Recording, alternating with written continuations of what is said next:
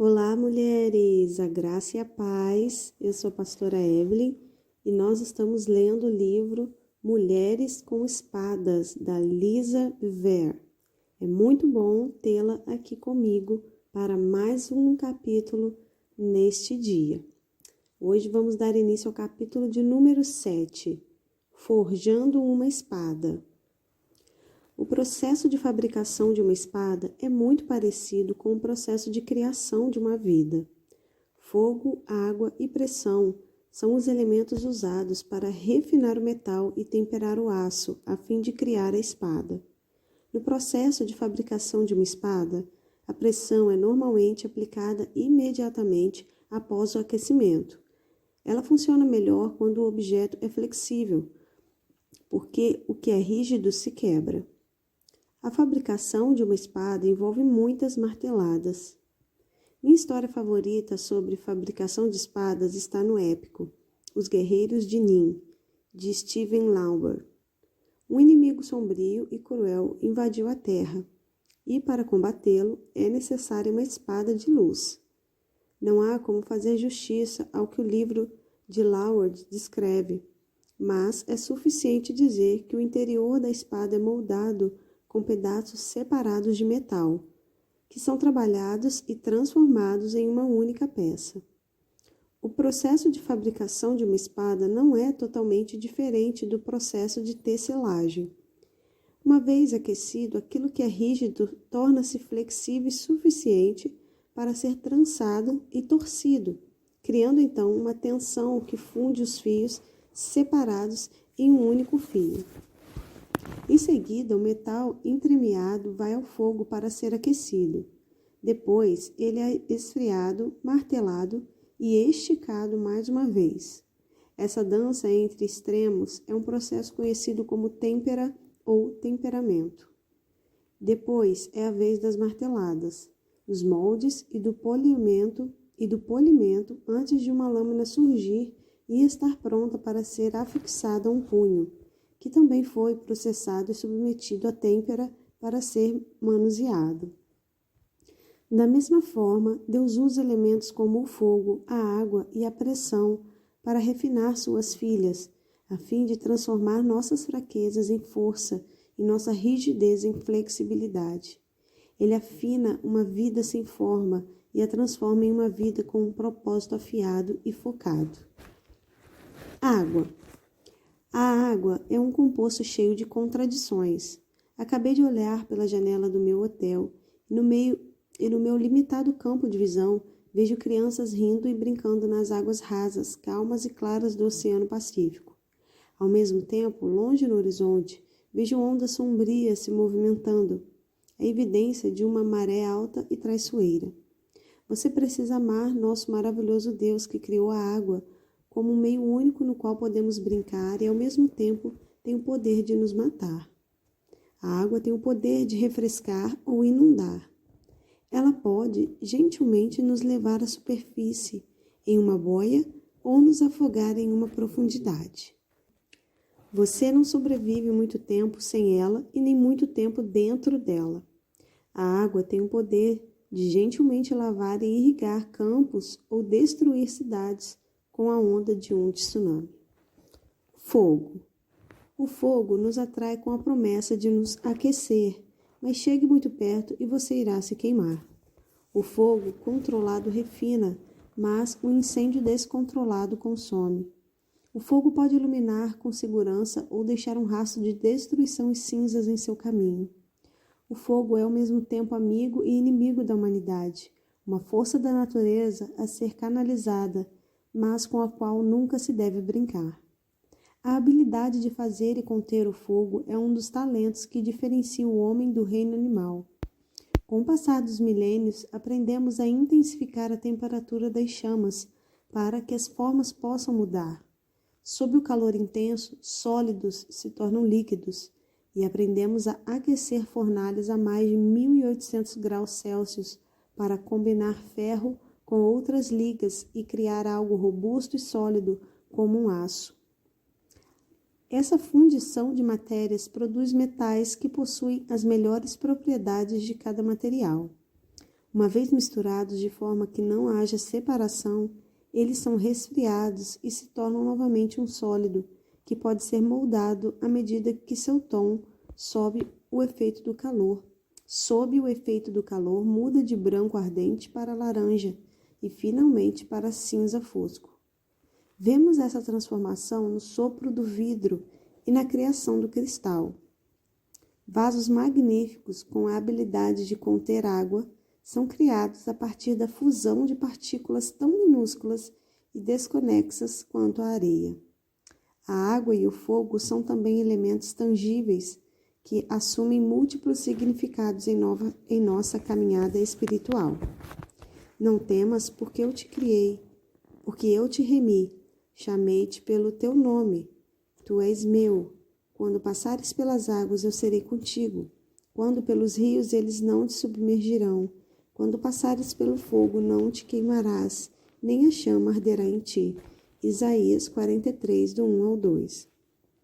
Observe que mesmo antes da água e do fogo serem introduzidos, a questão do medo é abordada. Não temos razão para temer, porque nosso Pai não apenas nos redimiu, mas também nos nomeou individualmente e nos adotou como propriedades suas. É importante notar os termos que Isaías escolheu nesses versículos. Ele não se refere a essa dinâmica de passar pela água e pelo fogo como um se, uma possibilidade, mas como algo que claramente ocorrerá, um quando. Às vezes penso que esse contexto é na verdade mais tranquilizador. Se a promessa dependesse de se passares pelas águas, rios, fogo ou chama, eu poderia correr o risco de ser pega desprevenida. A natureza humana percorrerá grandes distâncias para evitar passar pelo si. Como Isaías descreveu aqui, sabemos que antemão que os cursos da água e do fogo da vida são inevitáveis e não necessariamente resultado de erros da nossa parte. Além da certeza de que haverá águas e rios, fogos e chamas, parece que essas experiências acontecerão muitas vezes. A boa notícia é que você está apenas de passagem. Não dê lugar à murmuração e à reclamação, porque nem o fogo nem a água são locais para fincar um acampamento, e sim processos pelos quais precisamos passar com sucesso. Ao longo da Bíblia, vemos Deus repetidamente usar cursos d'água como um símbolo de transição. Filhos de Israel deixaram para trás os anos de cativeiro egípcios nas profundezas do Mar Vermelho e depois os anos de deserto vagando às margens do Rio Jordão antes de entrarem no tempo da promessa. O fogo também representa uma declaração de aliança. Deus proveu fogo quando fez pela primeira vez uma aliança com Abraão. Mais tarde, quando Israel se enganou e deu ouvido a falsos profetas, Deus respondeu com fogo, quando Elias chamou Israel ao arrependimento. A fornalha tornou-se um refúgio para os filhos de Israel, que se recusaram a se prostrarem aos ídolos de Nabucodonosor, mas o fogo consumiu aqueles que se prostraram aos ídolos. Existem chances de você já ter passado por uma prova de água e de fogo. Isso talvez tenha acontecido antes de você saber que passaria por isso. Cada uma de nós passou por águas tão doces, temperadas e perfeitas, que lavam nossos pecados, mesmo que fisicamente não tenhamos consciência disso.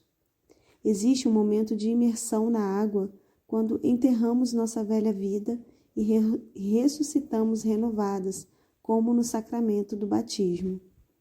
Depois, existem rios revoltos que devemos cruzar e que nos assustam quando nos ameaçam afogar, como, por exemplo, quando passamos por tempos difíceis. A vida começa na água e a água sustenta a vida. Deus Pai começou o processo de criação quando seu Espírito se movia sobre a face das águas. Da mesma forma, a vida se inicia em um mar dentro do útero da nossa mãe. A água é o solvente universal cujo propósito principal é lavar. Mas a água faz mais do que limpar, ela eleva. A água pode suportar o que é muito pesado para carregar na terra e transportar navios por rios e ao longo de oceanos para terras distantes. Falamos de fogo e água aqui porque são em grande medida, parte do processo no qual a coragem é forjada em nossa vida, assim como são parte da têmpera de uma espada. À medida que discutirmos como uma espada é forjada, iremos perceber que isso acontece primeiro no processamento daquele que a carrega. Nas culturas antigas, abrangendo a época dos samurais, as facas medievais, antes dos homens receberem a honra de segurarem uma espada, eles eram sujeitos ao código de ética. Achei engraçado que, para prover a têmpera da audácia de um samurai, esses guerreiros eram encorajados a equilibrar sua natureza agressiva, tornando-se especialistas na arte de fazer arranjos florais e cerimônias do chá, atribuições normalmente femininas. Da mesma forma, não acho que seja um grande esforço para nós mulheres adicionar um pouco de arte e de etiqueta de combate em nossa vida. Veja, eu refinei você, embora não como prata, eu o provei na fornalha da aflição. Por amor de mim mesmo, eu faço isso. Como posso permitir que eu mesma seja difamado? Não darei minha glória a nenhum outro. Isaías 48, 10 e 11. O uso da palavra veja é um convite para olhar para algo sob um ponto de vista mais amplo. Abrir esse versículo com veja chama nossa atenção para o fato de que as pessoas que estão passando por esse processo provavelmente não fazem ideia de que estão sendo refinadas. Elas simplesmente pensam que estão passando por aquele nome especial de 7 letras dado para as profundezas do abismo. Deus nos dá uma nova visão do seu eterno ponto de vista. Ele é o verdadeiro refinador de nossa vida. Lembre-se, ser refinado é uma coisa boa, mas bom nem sempre significa livre de dor e problemas. Por exemplo, dar à luz é uma coisa boa, mas nunca imaginei essa experiência livre de dor. A vida aqui é cheia de fornalhas chamadas de aflição. A chave para passar com êxito por ela é saber que nosso Deus é responsável por ajudar tanto a temperatura quanto o tempo. Antes de avançarmos, vamos definir a palavra aflição. No contexto de definições da Bíblia, ela comumente significa sofrimento causado por questões físicas e ou mentais, dificuldades, fardos, problemas, dor, preocupação, miséria, desgraça e necessidade. Existem algumas referências a doenças, mas a maioria das vezes aparenta ser quando o povo de Deus experimenta um confronto de proporções épicas. Mas ainda há muito mais. Continuamos a expressar nosso louvor, mesmo que estejam cheios de problemas, porque sabemos que os problemas podem desenvolver em nós paciência, e como a paciência, por sua vez, forja o aço temperado da virtude, mantendo-nos atentos para o que Deus pretende fazer. Desse modo, passamos a ter esperança. Com essa expectativa, jamais nos sentiremos enganados. Romanos 5, dos 3 ao 5, versão A Mensagem. Então, vamos tornar a questão mais prática. Recentemente, fiz uma votação no Facebook e pedi às pessoas para listarem as 3 áreas ou questões mais desafiadoras que as afligiam naquele momento. Aqui estão as 3 principais. Primeiro, dificuldade de relacionamento, envolvendo cônjuge, irmãos, filhos, líderes ou amigos. Havia tantos casados solitários quanto solteiros solitários. 2. Dificuldades financeiras, resultantes de desemprego, dívidas de cartão de crédito e outras dívidas por causa de compras tolas ou problemas de saúde. 3. Dificuldades em encontrar seu propósito de vida e a disciplina diária de buscar o que está em nosso coração. Vamos ser honestos, a aflição não é algo divertido. Meu coração se condoeu pelas pessoas enquanto li aquelas respostas. Existem 2 tipos de aflições porque todos nós passamos: problemas criados por nós mesmos e lutas que são apoiadas por Deus.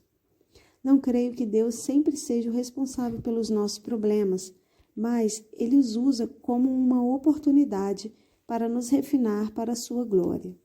Em ambos os casos, a solução é a mesma. Volte-se para Ele.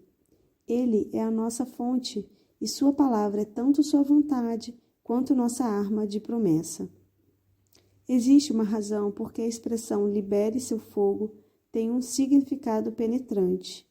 Quando as coisas ficam desconfortáveis, você se dispõe a se mexer. Lições que são aprendidas por meio da dificuldade sempre se tornam mais valiosas porque são frequentemente as mais pessoais.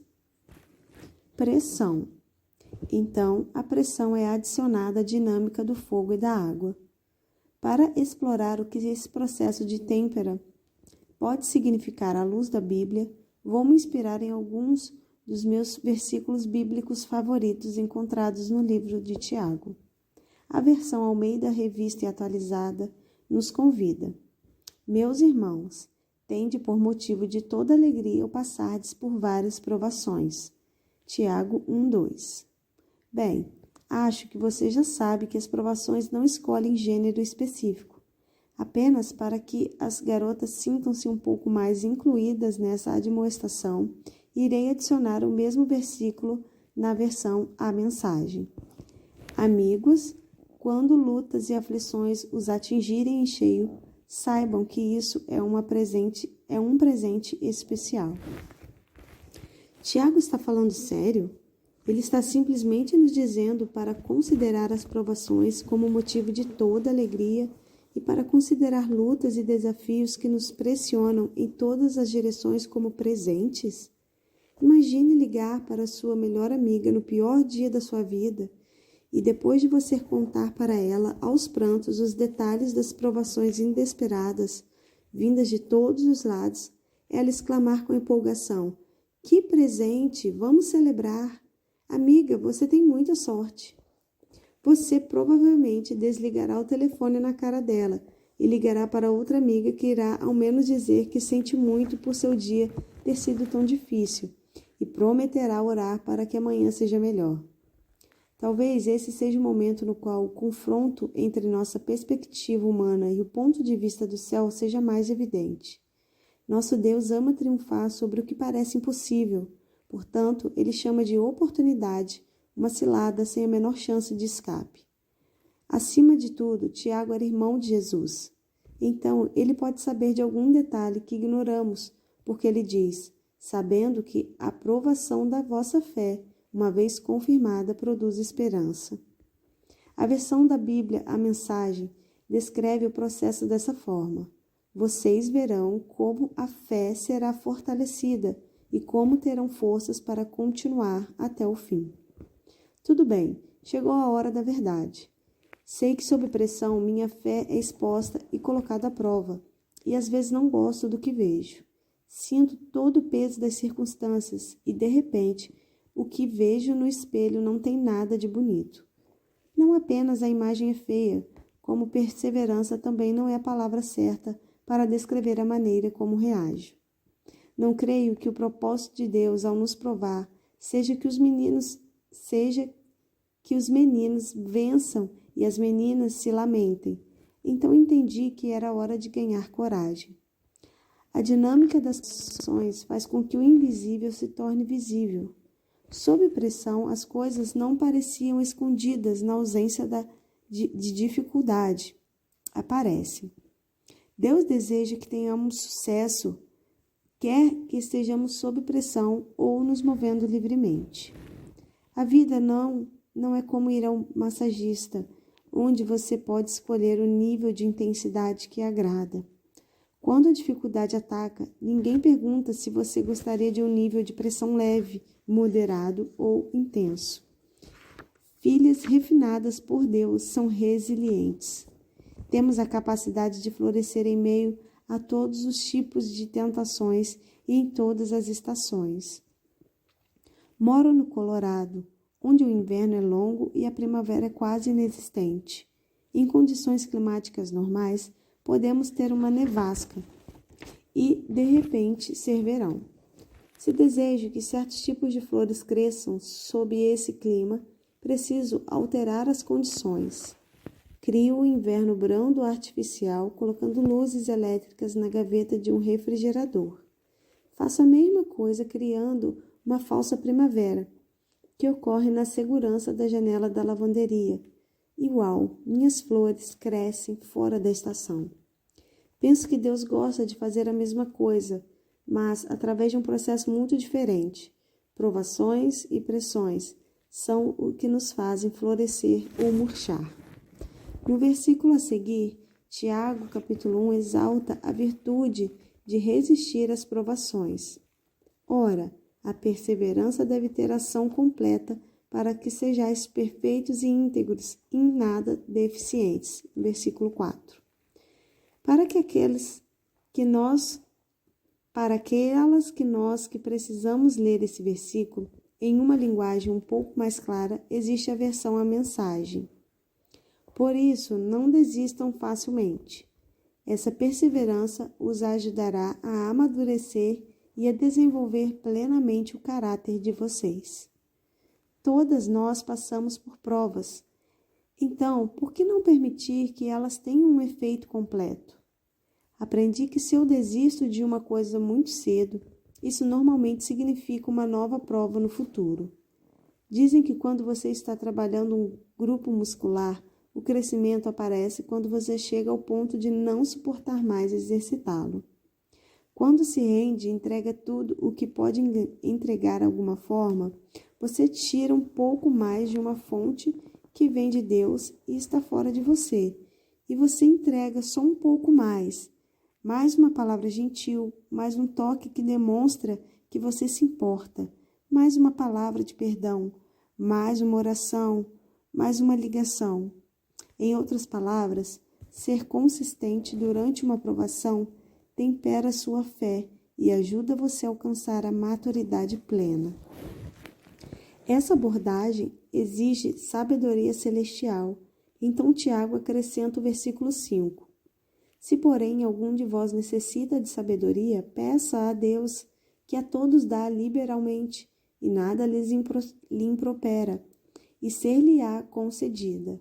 E a versão A Mensagem repete: se vocês não souberem lidar com a situação por falta de sabedoria, orem ao Pai.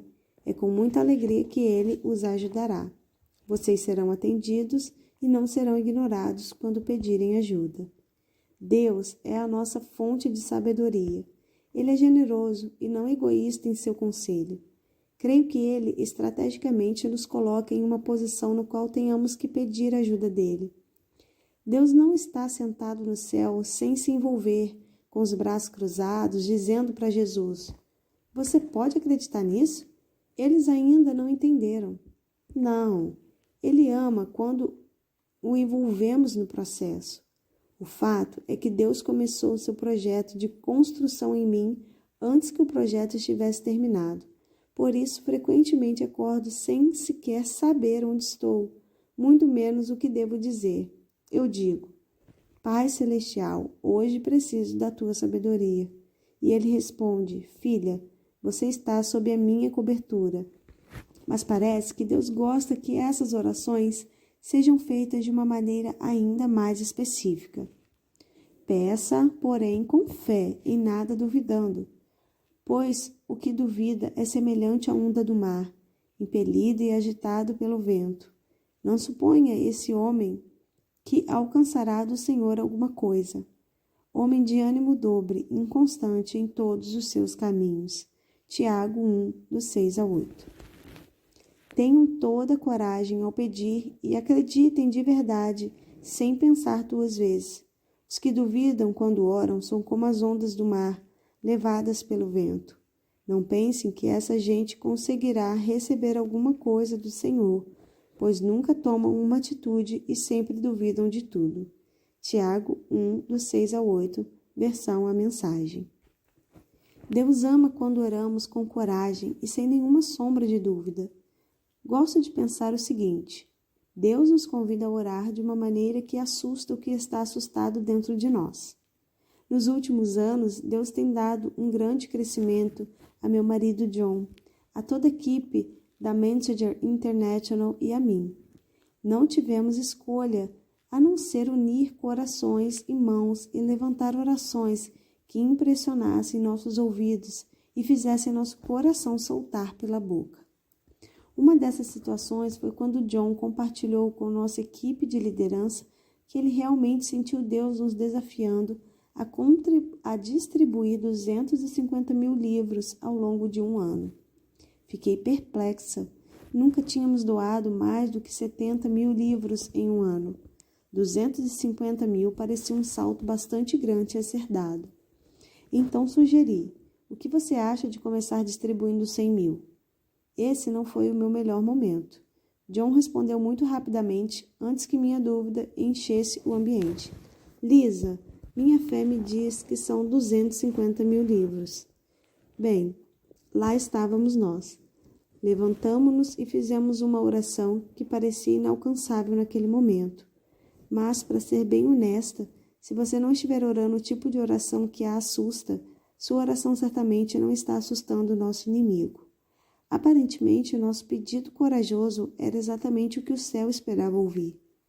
Dentro de poucos dias, um plano começou a se desdobrar e os recursos para sustentar o projeto foram revelados.